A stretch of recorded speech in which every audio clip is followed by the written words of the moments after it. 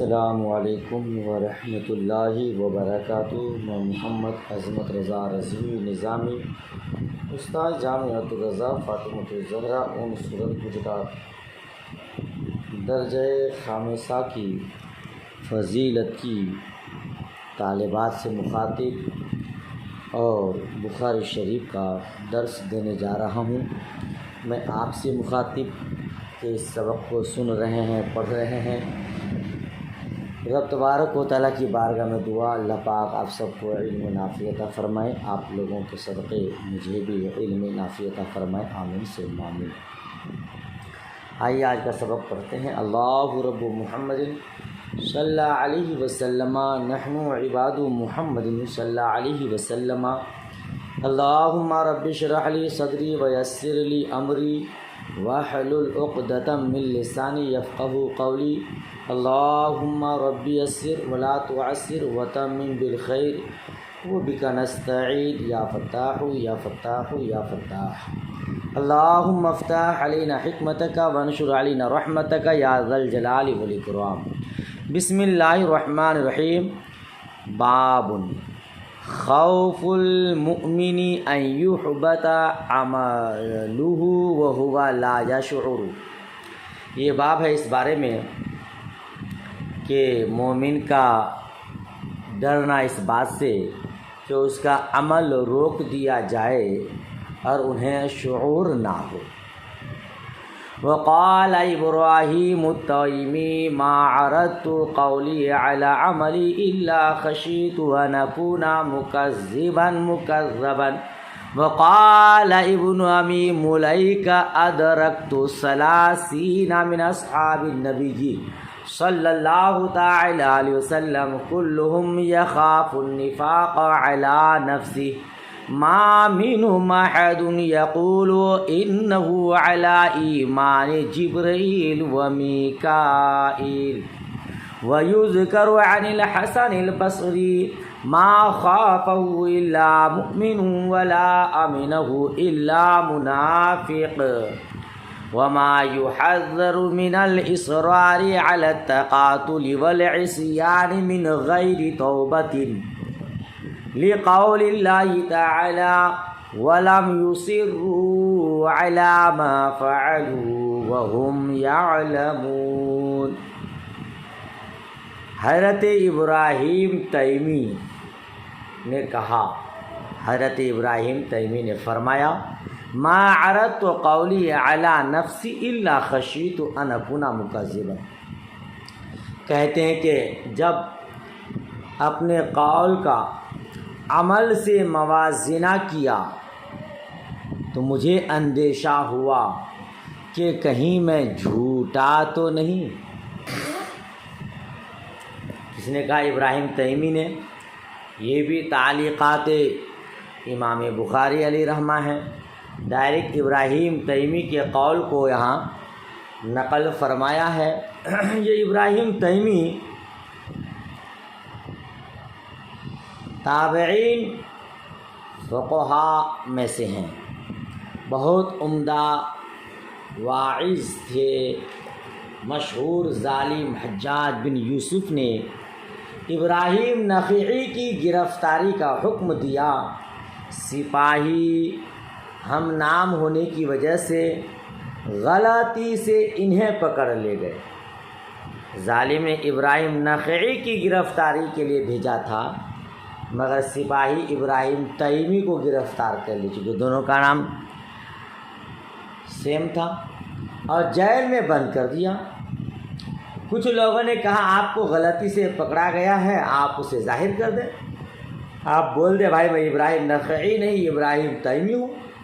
تو ابراہیم تیمی رضی اللہ تعالی عنہ نے فرمایا مجھے یہ پسند نہیں کہ اپنے کو بچا لوں اور ایک بے گناہ سزا پائے، لہذا آپ اپنے حقیقت کو ظاہر نہیں کیے۔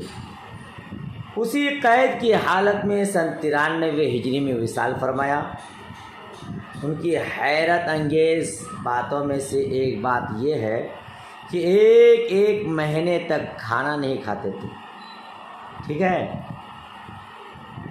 چلیے، تو ان کا ارشاد کہ میں جب بھی اپنے قول کا عمل سے موازنہ کیا تو مجھے اندیشہ ہوا، مجھے ڈر ہوا کہ کہیں میں جھوٹا تو نہیں۔ یہ آپ اپنی عاجزی اور انکساری کے طور پر فرمایا۔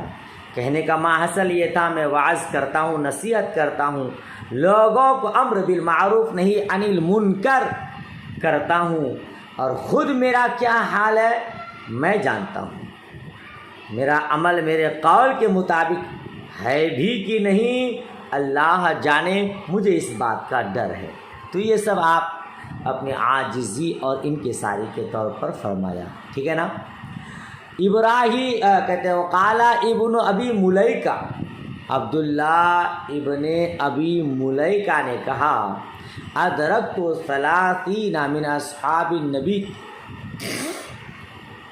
ہے نا، کہ میں نے 30 صحابہ کرام سے ملاقات کی، وہ سب کے سب اپنے اوپر نفاق سے ڈرتے تھے، ان میں کوئی ایسا نہیں تھا جو یہ کہتا میں جبرائیل و میکائیل کے ایمان پر ہوں، ٹھیک ہے۔ یہ ابن ابی ملیکہ، ان کا پورا نام ہے عبداللہ بن عبید اللہ بن ابی ملیکہ، یہ تابعین میں سے ہیں، مشہور علماء کرام میں سے ہیں۔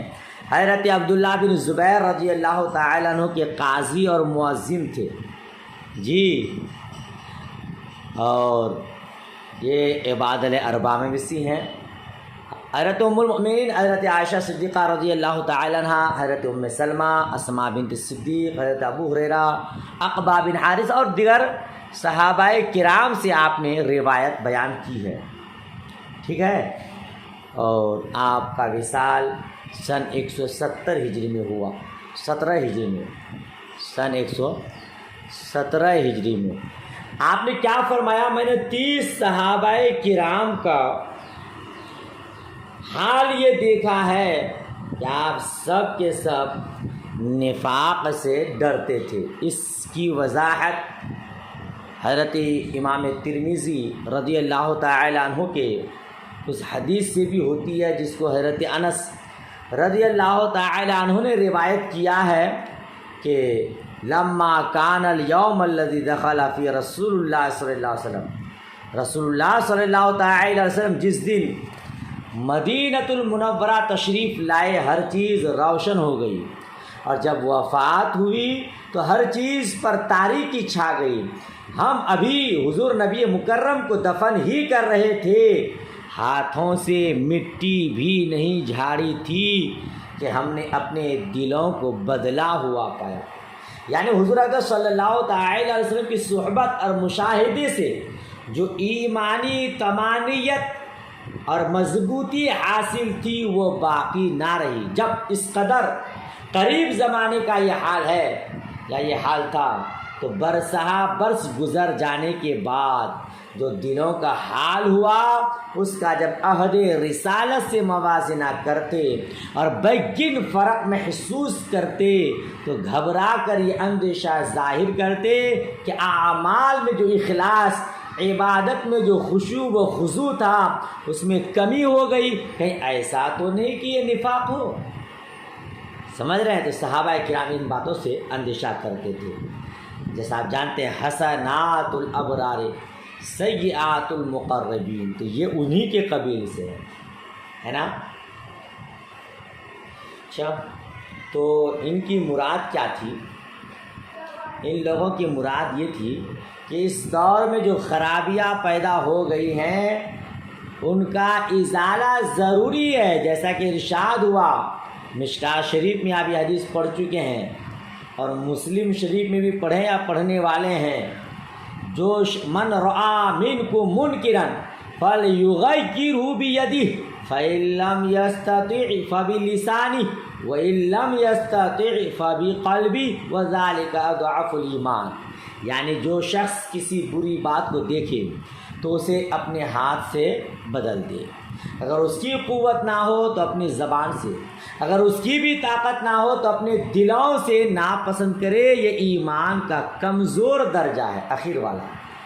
تو صحابہ کرام کی جو خشیت تھی ان کے دلوں میں جو خوف خدا موجود تھا، اس کے پیش نظر ان کو اپنے ہاتھ سے ان خرابیوں کو دور کرنا چاہیے تھا، مگر اپنے اندر اس کی استطاعت نہ پکڑ اسے دور نہ کر پائے۔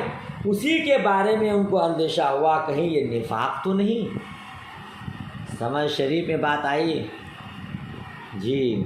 تو ان پر بیچ راہوں سے ہٹ کر سیدھی سادھی بات یہ ہے کہ خوف کا مطلب یہ ہوتا ہے آئندہ کسی خطرے کا احساس۔ یہ حضرات ایمان کی قیمت جانتے تھے، اور کوئی بھی قیمتی چیز رکھتا ہے اس کی کما حق و حفاظت اسی وقت کر سکتا ہے جب ہر وقت اس سے ڈرتا رہتا ہے نا، کہ کہیں یہ نقصان نہ ہو جائے۔ وہ ہوشیار تھیلی میں اپنی موتی محفوظ رکھتا ہے جو ہر شخص کو جیب تراش گمان کرے، ٹھیک ہے نا؟ اسی کے مطابق صحابہ کرام ہر وقت اس سے ڈرتے رہتے تھے کہ کہیں ہمارا ایمان سلب نہ ہو جائے، کیونکہ وہ معصوم نہیں تھے جیسے فرشتے معصوم ہیں۔ اسی لیے وہ یہ نہیں کہتے تھے کہ ہمارا ایمان جبرائیل اور میکائیل کے ایمان کے مثل ہے، ٹھیک ہے، کہ جیسے انہیں سلب ایمان کا اندیشہ نہیں، ہمیں نہ ہو۔ وہ فرشتے ہیں اور معصوم ہیں، ان کو زوال ایمان کا کوئی خطرہ نہیں۔ یہ ان حضرات کے کمال ایمان کی دلیل ہے۔ صحابہ کرام کا ایمان چونکہ مکمل کامل تھا، ان کے دلوں میں اللہ کا خوف بہت زیادہ تھا، ایمان کی محبت بہت زیادہ تھی، اور ایمان ہی اصلی دولت اور قیمتی شے ہے، اسی لیے اس کی حفاظت کے لیے ہمیشہ ڈرتے رہتے تھے۔ اور اسی ڈر کے عالم میں آپ نے کہا کہ ہم لوگ خرابیوں کو اپنے ہاتھ سے دور نہیں کر پا رہے، تو ایسا تو نہیں کہ یہ نفاق ہے، ٹھیک ہے؟ تو اسی معنی کے حساب سے ڈرتے تھے، اور کہا کہ ہم لوگوں کا ایمان جبرائیل اور میکائیل کے ایمان کی طرح نہیں، وہ لوگ معصوم ہیں، انہیں ڈرنے کی ضرورت نہیں تھی، ہم کو ڈرنے کی ضرورت ہے۔ سبحان اللہ، ہر کسی کو ڈرتے رہنا چاہیے۔ گناہوں سے تب بچ پائے گا آدمی، ورنہ گناہوں میں ملوث ہو جائے گا، ٹھیک ہے نا؟ چلیے آگے دیکھیے، تو کہتے ہیں کہ وَيُذْكَرُ عَنِ الْحَسَنِ مَا خَافُ إِلَّا مُؤْمِنٌ وَلَا آمِنُ إِلَّا مُنَافِقٌ۔ حضرت حسن بصری نے فرمایا اللہ سے مومن ہی ڈرتا ہے، اور اللہ سے منافق ہی نڈر ہوتا ہے۔ جی، جو مومن ہوتا ہے وہ اللہ تبارک و تعالی سے ڈرتا رہتا ہے، اور جو منافق ہوتا ہے وہ نڈر ہوتا ہے، اسے ڈرنے کی ضرورت نہیں ہے۔ ظاہر سی بات ہے، جس کے گھر میں دولت ہے وہی چور سے بچنے کی کوشش کرتا ہے، چور سے ڈرتا ہے، ورنہ جو فقیر بیچارے ہے وہ تو فوٹ پاتھ میں بھی سو جاتا ہے۔ تو منافق کے پاس چونکہ ایمان کی دولت ہے ہی نہیں، اسے ڈرنے کی کوئی بات ہی نہیں، وہ ڈرتا ہی نہیں ہے، نڈر رہتا ہے۔ اور مومن جس کے پاس ایمان جیسی بیش بہا قیمتی شے ہے، وہ ہمیشہ ڈرتا رہتا ہے، ٹھیک ہے نا؟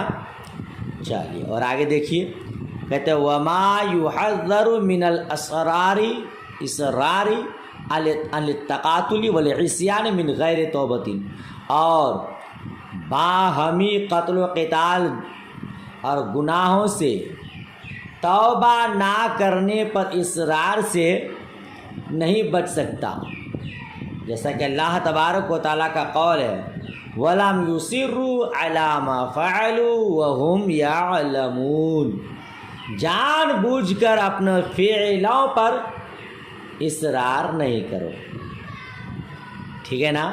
یا ان لوگوں نے جان بوجھ کر اپنے فعلوں پر اصرار نہیں کیا، تو کیا کہتے ہیں کہ جنگ و آپسی قتل و قتال اور گناہوں پر توبہ کے بغیر اصرار سے نہیں بچا جا سکتا، ٹھیک ہے نا؟ حدیث دیکھیے، حدثنا محمد بن عرعرہ قال حدثنا شعبۃ عن زبید قال سألت أبا وائل عن المرجئة فقال حدثني عبد الله أن النبي صلى الله تعالى عليه وسلم قال أن النبي صلى الله تعالى عليه وسلم قال سباب المسلم فسوق وقتاله کفر. کہتے ہیں حضرت زبیر سے مروی ہے، انہوں نے کہا کہ میں نے ابو وائل سے مرجئہ کے بارے میں پوچھا. یہ زبیر سے روایت قال، انہوں نے کہا میں نے ابو وائل سے مرجئہ کے بارے میں پوچھا تو انہوں نے کہا مجھ سے عبداللہ بن مسعود نے حدیث بیان کی، نبی کریم صلی اللہ تعالی علیہ وسلم نے فرمایا مسلمان کو گالی دینا فسق اور اس سے لڑنا کفر ہے. اس سے قتال کرنا، اس سے لڑنا کفر ہے. یاد رکھیے گا یہ روایت ابو وائل سے کیا ہے. ابو وائل یہ تابعی اور کوفہ کے باشندے حضرت عبداللہ بن مسعود کے شاگردوں میں سے ہیں. حضرت عبداللہ بن مسعود رضی اللہ تعالیٰ عنہ کی بہت تعریف کرتے تھے، ٹھیک ہے نا. ان کے علاوہ حضرت فاروق اعظم، حضرت علی مولا علی کرم اللہ وجہ کریم، حضرت عمار رضی اللہ تعالیٰ عنہ دیگر صحابہ سے روایت کی ہے. حضور نبی مکرم صلی اللہ تعالی علیہ وسلم کا زمانہ پایا مگر زیارت نہ کر سکے. بعثت کے وقت 10 سال کے تھے، سن 82 ہجری میں وصال ہوا، ٹھیک ہے. ایک قول یہ کہ 150 سال سے زیادہ عمر پائی. اور ابو سعید بن صالح کہتے کہ ابو وائل ہمارے جنازہ کی نماز پڑھاتے تھے، ان کی عمر 150 سال کی تھی. ابو وائل سے مرجئہ کے بارے میں پوچھا. یہ کیا ہے؟ مرجئہ ایک گمراہ فرقہ ہے جس کا بنیادی عقیدہ یہ ہے کہ ایمان کے ساتھ گناہ کوئی ضرر نہیں پہنچا سکتا. یعنی جس نے دل سے ضروریات دین کی تصدیق کر لی وہ جہنم سے آزاد ہے، ایک لمحہ کے لیے بھی جہنم میں نہیں جائے گا. یہ مرجئہ ہے، ٹھیک ہے نا. آپ کے یہاں حاشیہ نمبر 7 میں مرجئہ کا معنی لکھا ہوا ہے، جس کا ماحصل یہ کہ وہ گمراہ فرقہ جس کا بنیادی عقیدہ یہ کہ ایمان کے ساتھ کوئی گناہ ضرر نہیں پہنچا سکتا. یہ مرجئہ یا تو ارجا سے ہے جس کے معنی پیچھے کرنے کے ہیں، یا رجا امید کے معنی میں، ٹھیک ہے. اور ثواب کے معنی کسی کو عیب لگانا، خواہ وہ عیب اس میں ہو خواہ نہ ہو. اس میں سب سے زیادہ قباحت ہے کہ عیب لگایا جائے کسی پر. اور فسوق کے معنی نکالنے کے ہیں. شرع میں اللہ عز و جل کی نافرمانی کرنے کو فسق کہتے ہیں، فسوق کہتے ہیں، ٹھیک ہے نا. تو یہ مرجئہ گمراہ فرقہ ہے. ان لوگوں کا کیا کہنا ہے؟ ایمان لا لیے اب کوئی گناہ نقصان دہ نہیں ہے جی. اور آپ جانتی ہی ہیں اس بات پر اجماع ہے کہ مسلمان سے لڑنا کفر نہیں. ابھی آپ اس سے پہلے پڑھ چکے ہیں وَإِن طَائِفَتَانِ مِنَ الْمُؤْمِنِينَ اقْتَتَلُوا فَأَصْلِحُوا بَيْنَهُمَا. اگر مسلمان کے دو گروہ آپس میں لڑیں تو ان کے مابین صلح کرا دو. تو اس میں لڑنے والوں کو مومنین اور مسلمان کہا گیا ہے نا. تو معلوم ہوا کہ مسلمان سے لڑنا کفر نہیں ہے، مگر اس حدیث میں کہا کہ ان سے قتال کرنا کفر ہے. اس کا آپ کیا جواب دیں گے؟ اس کا جواب یہ کہ اس حدیث میں مسلمان سے لڑنے پر کفر کا اطلاق تغلیظاً ہے، یا یہ کہ کفر سے مراد ناحق شناسی ہے، ٹھیک ہے نا. ایک مسلمان دوسرے مسلمان کا بھائی ہے، بھائی کو لازم ہے کہ بھائی کے ساتھ مل جل کر رہے، لڑے بھڑے نہیں. جب کوئی مسلمان کسی مسلمان سے لڑا تو اس کی حق تلفی کی، یہی معنی ہوا، ٹھیک ہے. یا اس بنا پر کہ مسلمان سے لڑنے کو کفر کہا گیا ہے کہ یہ کفار کے فعل کے مشابہ ہے نا. مسلمان سے لڑنا کفر ہے، مطلب کفر کا فعل ہے، یہ کافروں جیسا فعل ہے. ٹھیک ہے، مسلمان کا مسلمان سے لڑنا یہ مسلمان کا کام نہیں، یہ کافر کا کام ہے. ٹھیک ہے.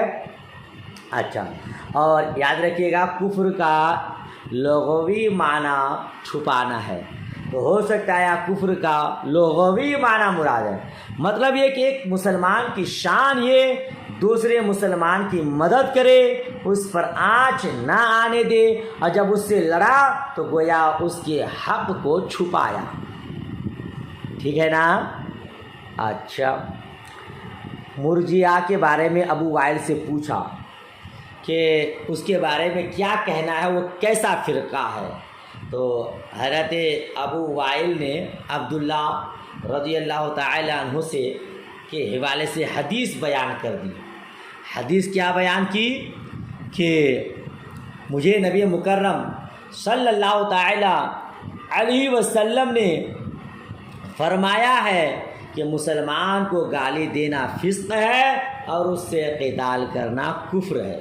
تو مرجئہ کا عقیدہ تھا کہ ایمان کے ساتھ گناہ سے کوئی ضرر نہیں ہوتا، اور اس حدیث میں اس عقیدے کا رد ہے. صاف ظاہر ہے مسلمان کو گالی دینا فسق و گناہ ہے، ان سے لڑنا کفر ہے. لہذا ایمان لانے کے بعد اس کا یہ کہنا کہ کوئی گناہ نقصان دہ ضرر دہ نہیں ہے غلط ہے. تو اس کو رد کر دیا حدیث مصطفیٰ کے ذریعے. مصطفیٰ کریم نے فرمایا مسلمان کو گالی دینا فسق و گناہ ہے اور ان سے لڑنا کفر ہے. سمجھ شریف میں بات آ گئی. تو چلیے آگے کی حدیث دیکھیے. عن انس قال اخبرني عبادة بن الصامت ان رسول الله صلى الله تعالى عليه وسلم خرج يخبر بليلة القدر فتلاحى رجلان من المسلمين فقال إني خرجت لأخبركم بليلة القدر وإنه تلاحى فلان وفلان فرفعت وعسى أن يكون خيرا لكم التمسوها في السبع والتسع والخمس. کہتے ہیں کہ حضرت انس بن مالک رضی اللہ تعالیٰ عنہ سے روایت، وہ فرماتے ہیں مجھے خبر دی عبادہ بن صامت نے کہ رسول اللہ صلی اللہ تعالیٰ علیہ وسلم لیلۃ القدر کی خبر دینے کے لیے نکلے. لیلۃ القدر کی خبر دینے کے لیے نکلے. لیلۃ القدر کی خبر دینے کے لیے یعنی لیلۃ القدر کی نشانیاں بتانے کے لیے، وہ کس رات ہے یہ بتانے کے لیے نکلے. تو فتلاح رجلان من المسلمین، مسلمانوں میں سے دو آدمی جھگڑا کرنے لگے کہ دو مسلمان آدمی جھگڑا کر رہے تھے، ہے نا. فقال انی خرجت لیخبرکم، مصطفیٰ کریم نے فرمایا میں تم لوگوں کو لیلۃ القدر کی خبر دینے کے لیے نکلا کہ بے شک فلاں جھگڑ رہے تھے. تو فرفعت، تو اس کی خبر اٹھا لی گئی، اس کی علامت اٹھا لی گئی. وعسى ان يكون خيرا لكم، اور شاید اس میں تمہارے لیے بھلائی ہے، تو اسے تلاش کرو 27ویں 29ویں اور 25ویں کو. یہ مصطفیٰ کریم صلی اللہ تعالی علیہ وسلم لیلۃ القدر کی خبر دینے کے لیے نکلے کہ کون سی رات لیلۃ القدر ہے. مگر دیکھیے کہ دو مسلمان آپس میں لڑ رہے ہیں. آپس میں دو مسلمانوں کی لڑائی اچھی نہیں ہے. اتحاد کا نام زندگی ہے، اختلاف کا نام موت ہے، اور اختلاف اور جھگڑے سے برکتیں اٹھا لی جاتی ہیں. مصطفیٰ کریم فرماتے ہیں نکلا، دیکھا دو آپس جھگڑ رہے ہیں دو آدمی، تو اس کا علم اٹھا لیا گیا، اس کی تعین اٹھا لی گئی، ہے نا. اس حدیث سے بتانا مقصد یہ. اچھا پھر کیا فرمایا آگے کہ شاید اس میں تمہاری بھلائی ہے. اگر متعین طور پر بتا دیا جاتا اسی رات میں تم عبادت کرتے، اب اسے اخیر اشرا کی طاق راتوں میں تلاش کرو. تو اس کی تلاش اور جستجو میں تم کئی ایک رات اللہ کی عبادت میں مشغول رہو گے تمہارے لیے بھلا ہوگا. ٹھیک ہے. تو حدیث بیان کرنا بات چکے تھا کہ مومن ہی ڈرتا ہے اور منافق کیا کرتا ہے؟ نہیں ڈرتا ہے. مومن کا اس بات سے ڈرنا کہ اس کا عمل چھین لیا جائے اور انہیں شعور نہ ہو. اور پھر آگے مرجئہ کے بارے میں پوچھا اس نے. اس کا یہ مذہب تھا کہ کوئی ایمان لانے کے بعد کوئی برا کام نقصان دہ نہیں ہے. تو اس کی گویا کہ ایک طرح سے یہاں رد ہو گئی کہ دیکھیے مسلمان آپس میں دونوں لڑ رہے تھے تو اس سے برکت اٹھا لی گئی، ایمان کو کچھ نقصان ہوا. سمجھ شریف میں بات آئی. تو انہی چیزوں کو بتانا مقصود تھا.